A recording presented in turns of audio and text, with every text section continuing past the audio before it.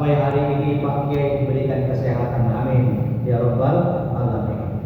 Juga saya hormati seluruh para tokoh agama, tokoh masyarakat, para tuan-tuan guru, para alim ulama, khususnya dari Brigif 121 hadir, juga sahabat saya dari NU, dari Al-Wasliyah, dari Muhammadiyah, juga ibu-ibu yang saya hormati, yang mudah-mudahan semua kita yang hadir dimuliakan oleh Allah Subhanahu wa taala. Kenapa saya katakan yang dimuliakan Allah? Karena orang-orang yang memuliakan Allah, pasti Allah akan memuliakan dirinya. Beda dengan manusia. Manusia ini kadang dimuliakan, belum tentu dia akan memberikan kemuliaan kembali. Tapi kalau Allah Subhanahu wa taala, kalau kita memuliakan Allah, pasti Allah akan memuliakan kita. Maka hadirnya kita ke masjid ini dalam rangka walitukrimullah, memuliakan Allah. Dalam rangka walitukabirullah, membesarkan Allah. Maka orang-orang yang memuliakan Allah, orang-orang yang membesarkan Allah, niscaya kita semua nanti akan dimuliakan oleh Allah. Amin ya rabbal alamin. Mulia di dunia. Ketika Allah sudah muliakan di dunia, tidak ada satu makhluk pun yang dapat menghinakannya. Lalu Allah muliakan nanti kita di alam barzakh. Alam kubur hanya ada dua fasilitas, Pak. Yang pertama Raudhatul Jannah, taman-taman surga. Yang kedua adalah Hufratun Nar, lembah-lembah neraka. Maka kalau orang yang dimuliakan Allah, pasti Allah tempatkan di Raudhatul Jannah, taman-taman surga. Maka kalau di dunia ini Pak, semua fasilitas ada. Kalau kita panas tinggal beli kipas angin, hidupkan.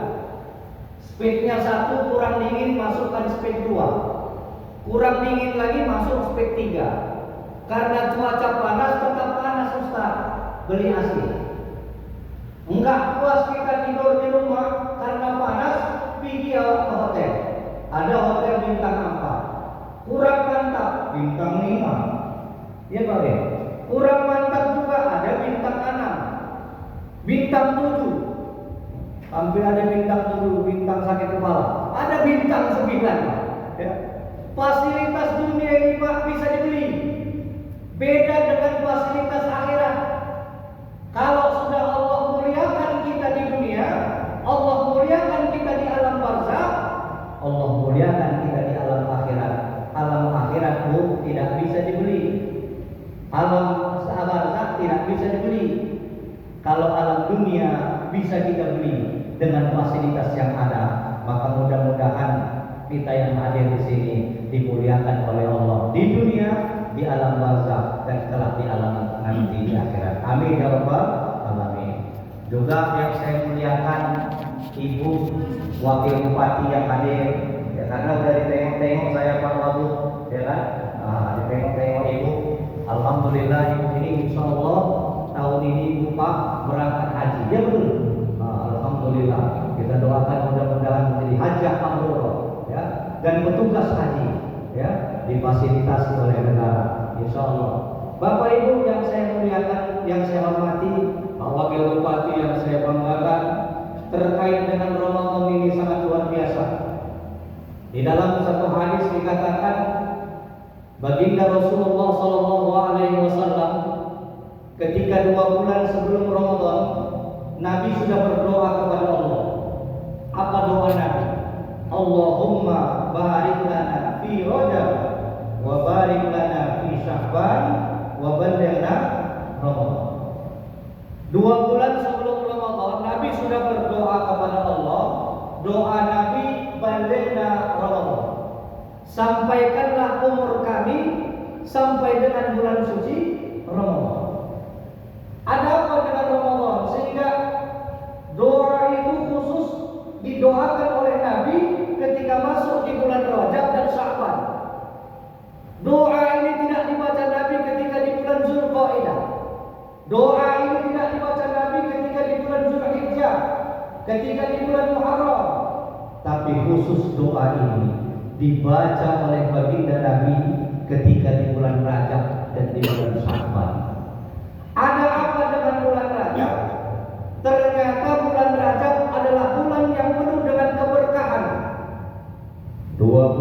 sebelum Ramadan, bulan yang dekat dengan Ramadan adalah bulan yang diberkahi oleh Allah Subhanahu wa taala. Apalagi bulan Ramadan. Maka luar biasanya ketika baginda Nabi Mi'raj ke langit, liqa Rabbi, ketemu dengan Allah. Ketika Isra wal Mi'rajnya Rasulullah sallallahu alaihi wasallam, Bapak Ibu, Nabi berdialog dengan penguasa langit dan bumi. Apa dialog Nabi? Nabi sampaikan salam kepada Allah dengan kalimat at-tahiyatun mubarakatus sholawatut thayyibatulillah. Salam penghormatanku kepadamu ya Allah, Engkau adalah sebaik-baik kemuliaan. Nabi ketemu dengan penguasa langit dan bumi, lalu dijawab oleh Allah dengan kalimat Assalamu alayka ayyuhan nabi wa rahmatullahi wa barakatuh. Selamatlah wahai engkau ayyuhan nabi, wahai nabi, wa rahmatullah, rahmat wa barakatuh, dan berkahku untukmu. Itu Pak kalimat tahiyat yang kita baca. Lalu karena Allah menyampaikan salam kepada Nabi, maka dijawablah oleh baginda Nabi. Apa jawaban Nabi? Assalamu alaina wa ala ibadillahi sholihin. Kira-kira gini Bapak Ibu, dialog antara Nabi dengan Allah, penguasa langit dan bumi. Allah sampaikan salam kepada Nabi, maka kata Nabi begini, ya Allah, jangan hanya aku saja yang selamat, tapi siapa yang selamat? Assalamu alaina. Ya Allah, selamatkan kami. Siapa itu? Li ummati. Selamatkan umat-umatku. Siapa mereka? Wa ala ibadillahi sholihin. Mereka adalah hamba-hamba yang saleh. Nabi ketika ketemu dengan penguasa langit dan bumi, Nabi tidak minta harta pada saat itu. Andai kata Nabi minta harta, maka Allah akan berikan gunung-gunung di Mekah berubah menjadi masjid milik Rasulullah sallallahu alaihi wasallam. Nabi tidak minta keselamatan untuk istrinya saja. Nabi tidak minta keselamatan untuk sahabat-sahabatnya saja. Tapi yang diminta Nabi ketika ketemu dengan penguasa langit dan bumi, Assalamu alaina. Ya Allah, selamatkan kami umat-umatku.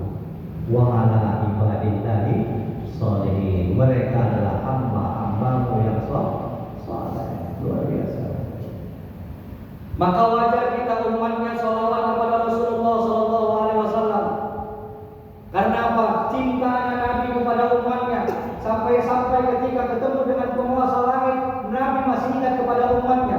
Ketika di akhir hayat Nabi, Nabi masih sampaikan ummati, ummati, ummati. Umatku bagaimana? Ya Jibril, umatku bagaimana? Sampaikan kepada Allah apa fasilitas yang Allah berikan kepada umatku.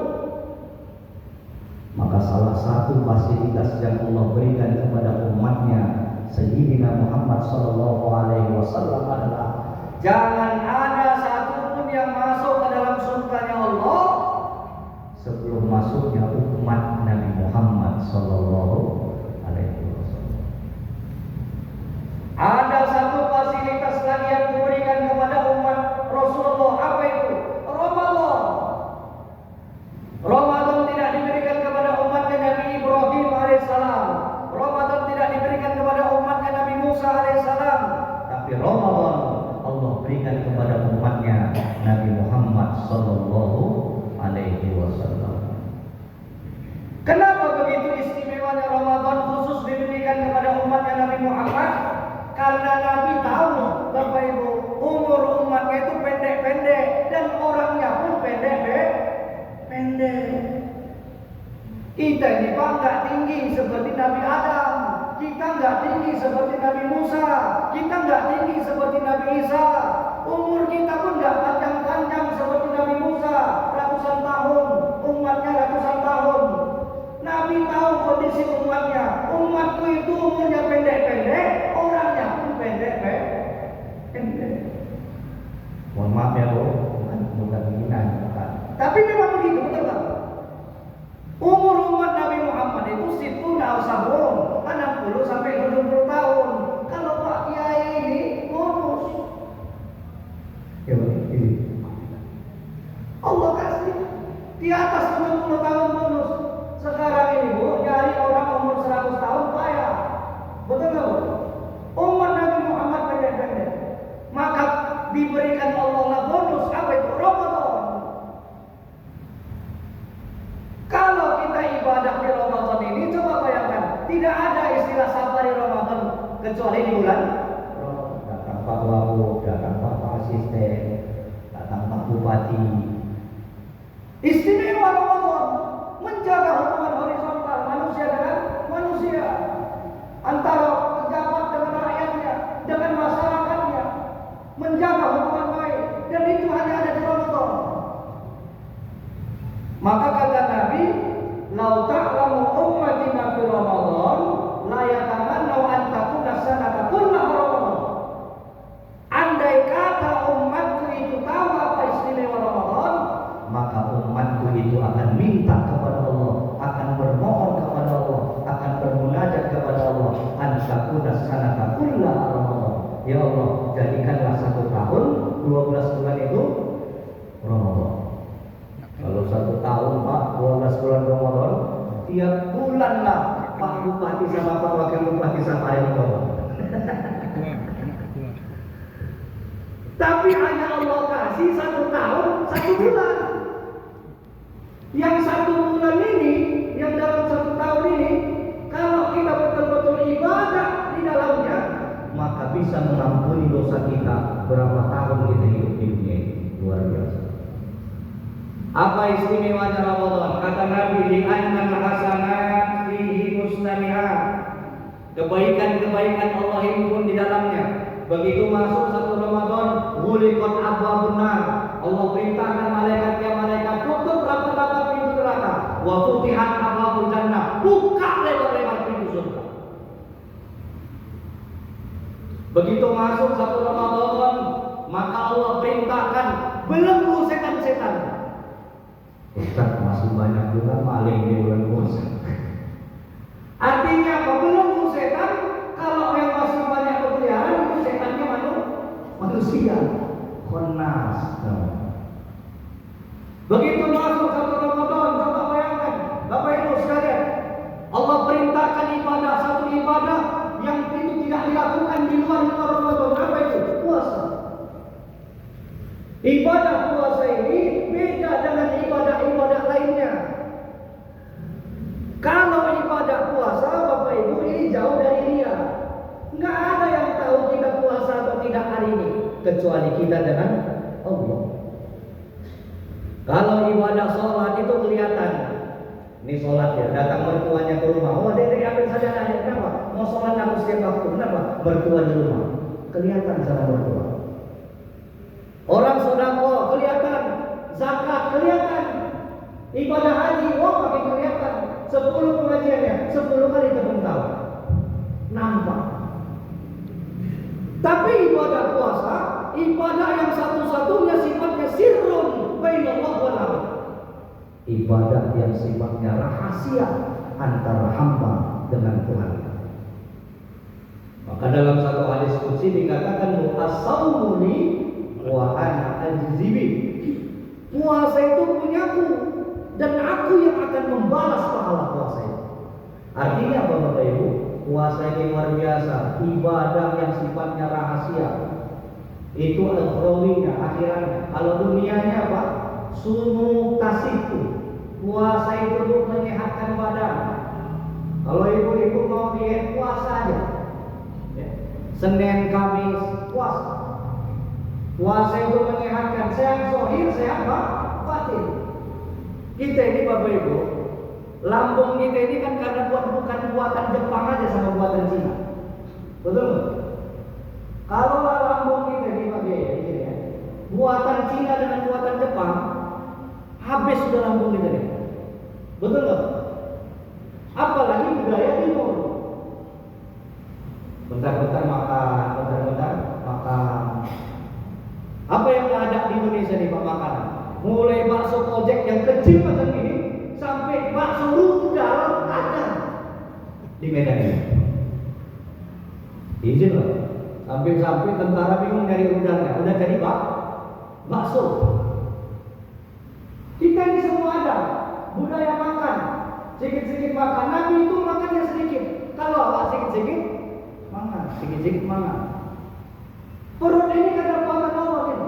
Kalau buatan manusia mesin, habis ini. Makan. Mau tidur pun makan. Padahal itu waktu istirahat lambung. Maka Allah kasih trik untuk kesehatan umat Nabi Muhammad. Apa itu? Puasa. Puasa itu menyehatkan zahir kita. Puasa itu menyehatkan batin kita. Sehat batin, sehat zahir. Kalau sudah sehat batin, sehat zahir, insya Allah sehat pemikiran kita. Maka ibadah puasa ini sangat luar biasa.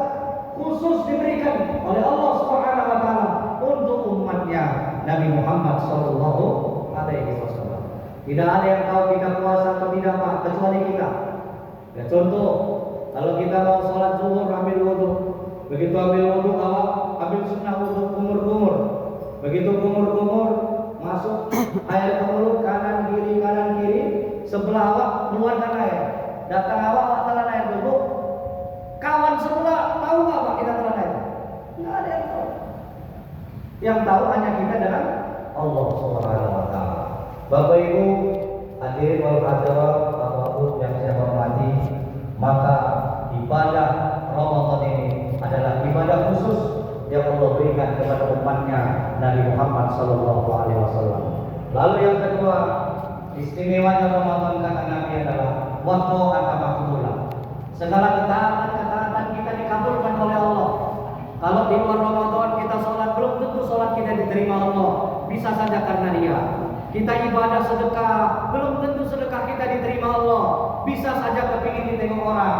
Tapi kalau ibadah di bulan Ramadan, apa aktivitas ibadah kita, dasarnya taat kepada Allah, makbulah, semua diterima oleh Allah Subhanahu. Maka salah satunya ibadah yang kita lakukan hari ini, taat makbulah. Insya Allah semua ibadah kita, ibadah ini semua dikabulkan oleh Allah Subhanahu wa taala. Lalu kata Nabi yang ketiga, keistimewaan Ramadan adalah wa dzunuba maghfuratun. Dosa-dosa Allah ampunkan. Kita ini Bapak Ibu banyak dosanya. Kalau dibanding hidup kita ini hanya kita andalkan sholat kita saja kepada Allah, belum tentu kita masuk ke dalam surganya Allah. Karena nanti di akhirat ada namanya yaumul mizan, hari di mana ditimbang mana amal baik dengan amal buruk. Kalau kita andalkan ibadah sholat kita saja kepada Allah, belum tentu kita masuk ke dalam surganya Allah. Maka salah satunya adalah yang membuat kita agar diampunkan dosa kita oleh Allah adalah man shoma ramadhana imanan wa ihtisaban ghufira lahu ma taqaddama min dhanbi. Siapa yang beribadah puasa pada bulan Ramadan dengan keimanan dan keikhlasan kepada Allah, ghufira lahu ma taqaddama min dhanbi. Allah ampunkan dosa-dosa masa lalu kita. 40 tahun kita hidup di dunia ini, 50 tahun kita hidup di dunia ini, hanya dengan 1 bulan kita ibadah kepada Allah yang sungguh-sungguh ibadah. Siangnya kita puasa, malamnya qiyamul lail tarawih, maka insyaallah ghufira lahu ma taqaddama min dhanbi. Allah ampunkan dosa-dosa masa lalu kita. Lalu yang terakhir, istimewanya Ramadan kata Nabi, waktu awatal mustajabah, doa-doa Allah jawab. Ada istilah Bapak Ibu makani mustajabah, tempat-tempat di mana Allah jawab doa. Kalau kita berangkat ke Mekah ada namanya Multazam, kalau kita ke Madinah ada namanya Raudhah, kalau di Mekah ada nama Hijr Ismail, atau kita tawaf mengelilingi Ka'bah ada makom Ibrahim, kita sholat sunat 2 rakaat di sana, kita minta kepada Allah. Ini makanul mustajabah, tempat-tempat di mana Allah jawab doa. Ada istilah al-waqful mustajab ketika kita bangun di seperempat malam, kemudian ketika kita sholat duha, ketika kita sholat istisqa minta hujan, itu adalah waktu-waktu di mana Allah jawab doa. Lalu ada yang namanya Yaumul Mustajabah, hari di mana Allah jawab doa. Kapan itu? Yaumul Jumat, hari Jumat. Lalu ada juga yang disebut dengan Syahrul Mustajabah, bulan di mana Allah jawab doa-doa kita. Kapan itu? Itulah yang disebut dengan Syahrul Ramadan, bulan suci Ramadan. Maka Bapak Ibu sekalian yang saya muliakan, mari kita manfaatkan di bulan suci Ramadan ini, kita menjaga hubungan vertikal kita kepada Allah yang disebut dengan hablum minallah, dan kita jaga hubungan kita horizontal, hubungan sesama kita yang disebut dengan hablum minannas. Kita manfaatkan ibadah, baik ibadah vertikal maupun ibadah horizontal ini yang kita lakukan pada hari sore hari ini. Ini adalah ibadah horizontal atau ibadah yang disebut dengan hablum minannas, tetap ada nilai pahala di sisi Allah Subhanahu wa taala. Mudah-mudahan pada hari ini kita mendapatkan keberkahan, kedatangan tamu-tamu orang-orang yang mulia, yang pada hari ini insya Allah kita juga semua akan mendapatkan kemuliaan daripada kemuliaan yang diberikan Allah Subhanahu wa taala. Demikian tausiah yang singkat pada sore menjelang maghrib ini. Mudah-mudahan apa yang kita sampaikan dapat kita aplikasikan dalam hidup dan kehidupan kita sehari-hari. Demikian yang dapat saya sampaikan. Mohon maaf atas segala kekurangan. Mudah-mudahan segala doa-doa kita dikabulkan oleh Allah, karena salah satu waktu yang dijawab doa adalah ketika kita berbuka puasa. Wallahul muwaffiq ila aqwamit thoriq. Assalamualaikum warahmatullahi wabarakatuh.